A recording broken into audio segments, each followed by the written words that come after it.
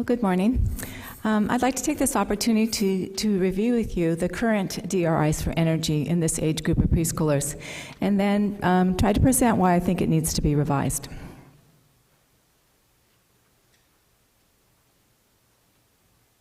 So first we'll go over the current DRIs. These were set in 2002 by the IOM. The estimated energy requirements aim to balance total energy expenditure at a level of physical activity consistent with health and to support growth rates in children compatible with a healthy body size and composition. The 2002 IOM DRI Committee decided to base energy requirements on total energy expenditure using the doubly labeled water method. The doubly labeled water method is a stable isotope method which measures free living total energy expenditure. So in weight-stable adults, the total energy expenditure is a reliable indicator of energy intake and thus their energy requirement. So we set the energy requirement based on total energy expenditure. In children, an additional allowance is made for energy deposition during growth. So the EER is defined as TEE plus energy deposition. Our committee actually compiled a normative doubly labeled water database of healthy, free-living, and normal weight individuals. So we solicited and obtained data from individual data from published doubly labeled water studies at the time. We defined inclusion and exclusion criteria for this database, and then we developed separate prediction equations for total energy expenditure for these three age groups.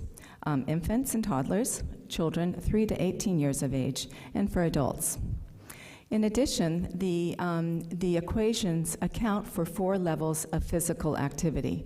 And so I'll be referring to the PAL. The PAL is defined as your total energy expenditure divided by your basal metabolic rate. And so these were the inclusion criteria. As I said, healthy, free-living individuals.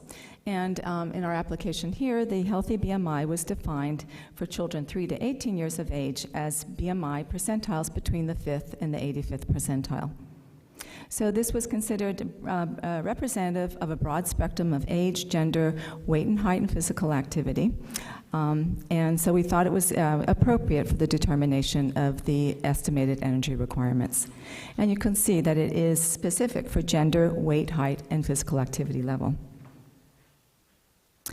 This is just a plot of the double labeled water data that we obtained on normal weight individuals. There is another comparable database for overweight and obese individuals, which we won't be addressing today. And so you can see there were gaps in the literature. We obtained what data was available at the time of the study. And here more specifically, the number of children that were available is shown here. And I'd like to point out 2 things here. When you look a little bit more carefully at the preschoolers, there were only 2 3-year-olds, there were 32 4-year-olds, and there was actually quite a few, 201 5-year-olds. Also, I'd like you to note that the PAL level actually increased across childhood, as you can see here, from about 1.39 to 1.8 in males. And that will be relevant to the reason I think they need to be revised. So the next thing we did is that we used nonlinear regression procedures to derive the various prediction equations. We had relative contribution of weight and height was kept constant within each gender. And we also specified a PAL 4-level ordinal data, which would allow for modification of the contribution of weight and height to TEE, depending on the activity level.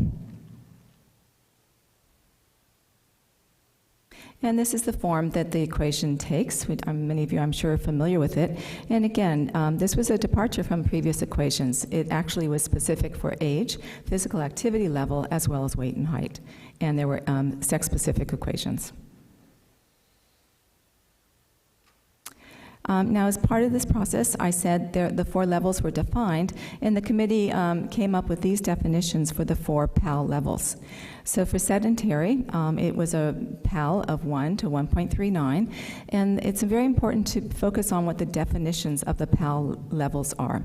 So the first is really was intended to cover basal energy expenditure, the thermic effect of feeding, and living the minimal amount of energy required for free living. And so this sedentary is really very, very basic. Not too many people should be in that category. Low active, 1.4 to 1.59, active 1.6 to 1.89, and a very active 1.9 to 2.5, with increasing levels of physical activity. And so the equations that were published for children have this format. You can see here that most people don't appreciate the actual addition for growth is really quite minor in this age range. As you can see, it's an additional 20 calories per day.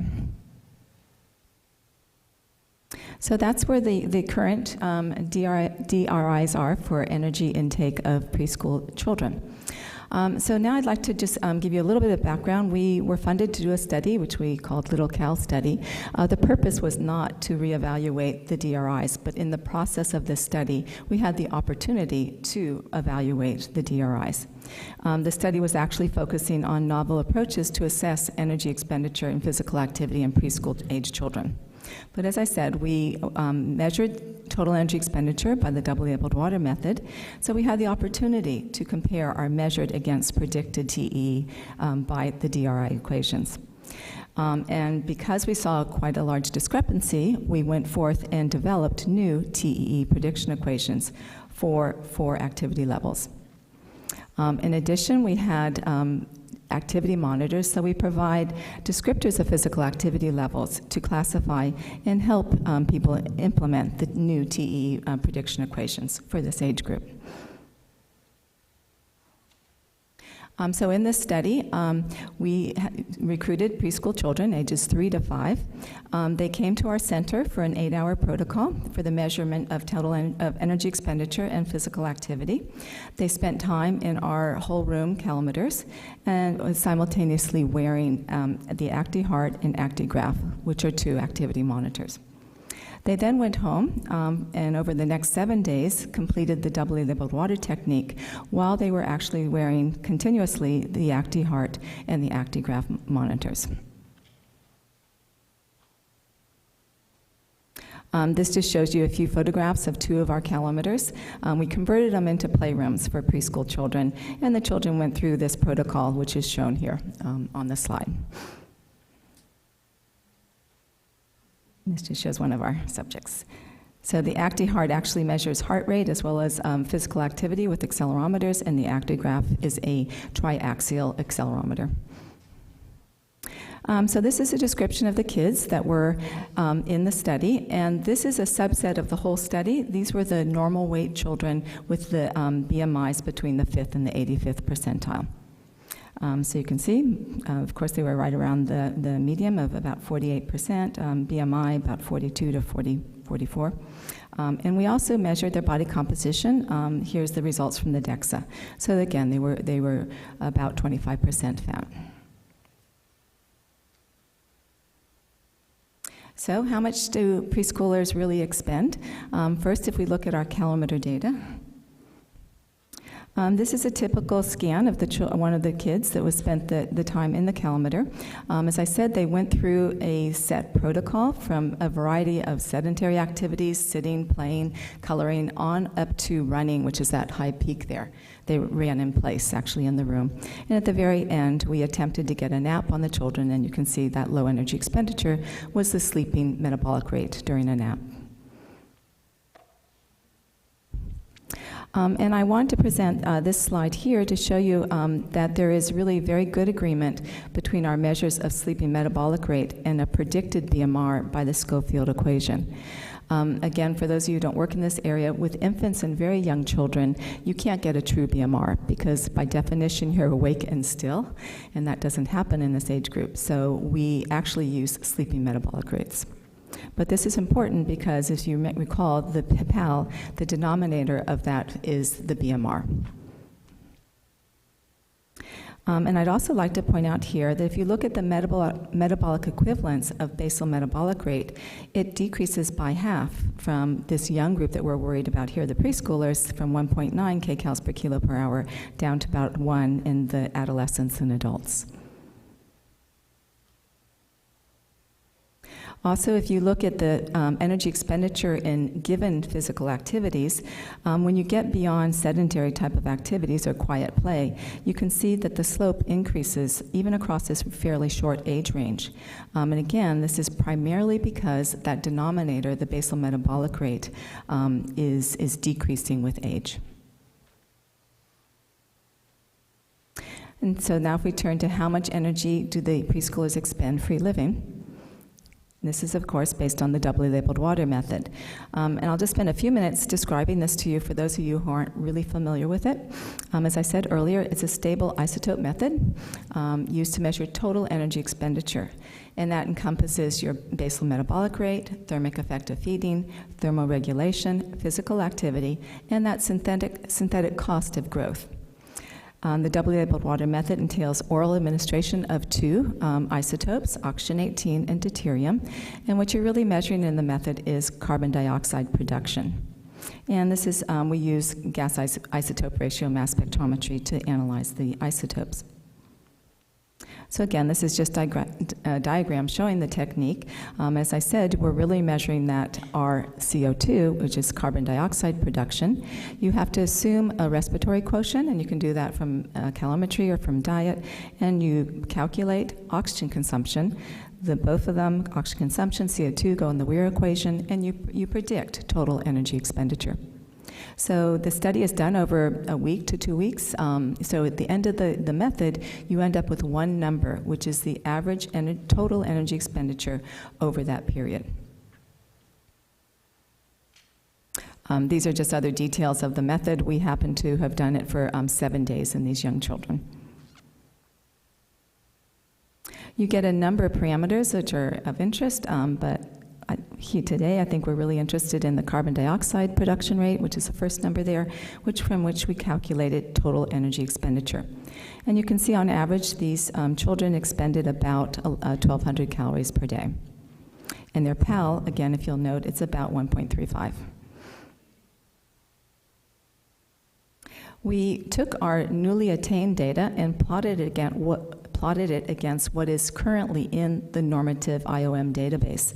And I think you can see that whether we look at it as a function of age or if we look at it as a function of weight, there was very nice overlap, and we filled in part of the gap that was missing previously in the doubly labeled water database. And next, we actually then plotted our data against the recommended DRIs. And this is where we were quite surprised, quite frankly. So you can see that our data was very close in agreement with the sedentary level of physical activity from the current DRIs. If we had assumed that the children were low active or very active, we would have had a serious overestimation of their energy requirements. The active is 50% higher than what we measured by the doubly labeled water method.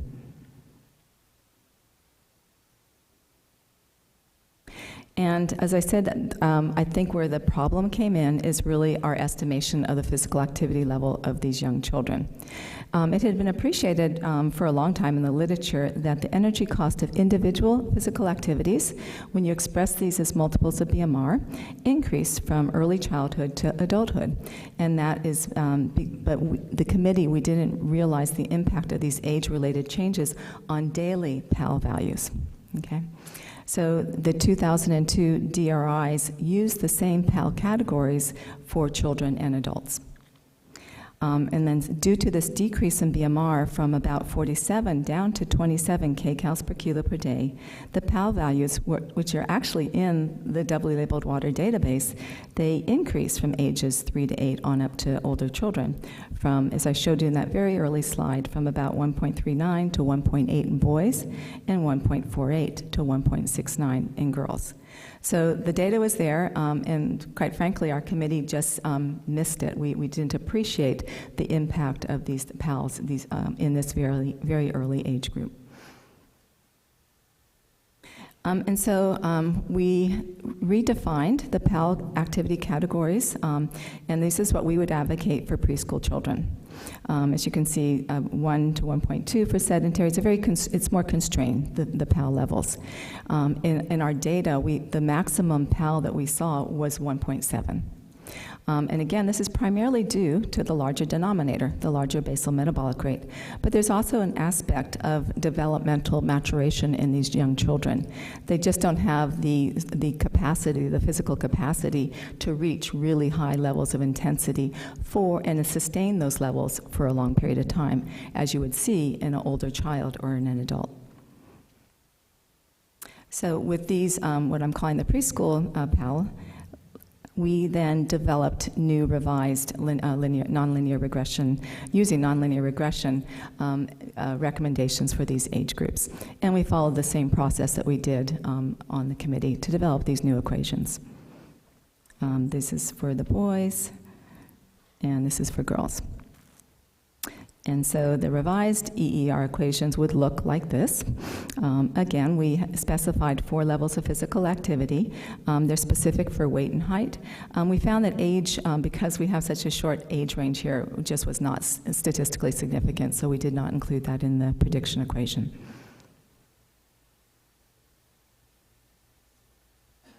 And we just did a Bland-Altman on the new prediction equations, and I think you'll agree there's really no bias across these calorie levels, and they were quite precise. And lastly, to give you an idea of how much the change is, I've taken, and this is straight from the DRI document, the reference weight and heights for these ages for boys and girls. You can see there the current 2002 DRIs and what the revised DRIs would indicate. For all levels, it's about a 20% difference, except with a very high level, it's actually a 30% difference. And this just shows in a graph form what the implication would be for these revised DRIs. So the revised ones are shown in the solid lines, and the dashed ones are the current 2002 recommendations. This is for the boys. This is for girls. As I said earlier in our study, we were really looking at novel ways to predict energy expenditure in physical activity in children. And so in addition, we have provided descriptors of these PAL categories. Having been on the committee, I've gotten a lot of questions over the years how to decide which physical activity level to use. And in the document, we do give some guidance on the 4 levels, what they were intended to represent.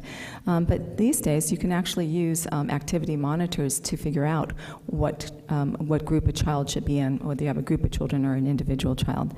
And so there's numerous accelerometers available today that can be actually used to use counts per day, or if you use steps per day, you can get an idea of where a child or a group of children fall. This is obviously the distribution of the kids that were in our study, which was obviously, it's a convenient study, convenient data set, but I would venture that most children are going to fall in the low active or the active levels, as you can see here in our study. But there's a distribution. You do, even at this very early age, have some just very sedentary children and some very active children. So in conclusion, the 2002 DRI equations result in overestimation of total energy expenditure due to the erroneous PAL classification of the preschool children. The observed PAL increased from infancy to early childhood due to the decreasing BMR and developmental maturation of growing children. So we would advocate for revised PAL categories in preschool-age children, and we present new prediction equations for TEE, and thus the estimated energy requirement based on weight, height, and PAL. So thanks for your attention, and I'll try to answer any questions.